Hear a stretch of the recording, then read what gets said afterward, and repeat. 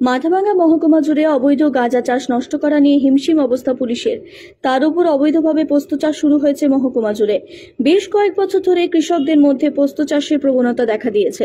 জানা যায়, অল্প সময়ে কম খরচে লাভজনক চাষ হওয়ায় নিষিদ্ধ জেনেও চাষিদের একাংশ ঝুঁকি নিয়ে এই চাষটিকে রপ্ত করে ফেলেছে।